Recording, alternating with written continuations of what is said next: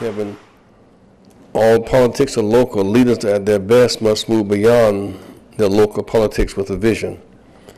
Dr. King had a car, so why would he be involved in Rosa Parks going to the back of the bus?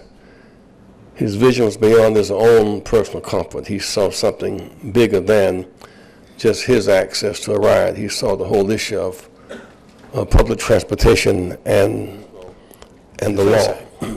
And I was in the Persian Gulf in Qatar, the conference a few days ago, and they're preparing to build high-speed rail.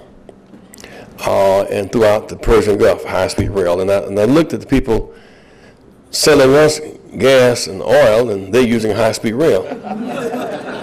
It reminded me so much of when they had the hearing in Washington with the cigarette companies.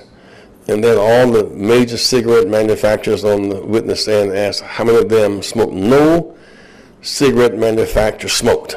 They were selling cigarettes.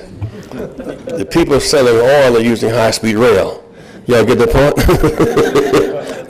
like they kind of get it.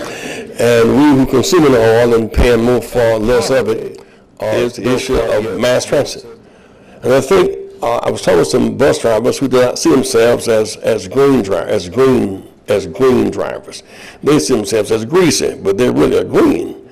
I mean, 120 people on a train as opposed to 120 people driving cars, it's pretty green. 60 folk on the bus as opposed to 60 cars is green. So even the language of green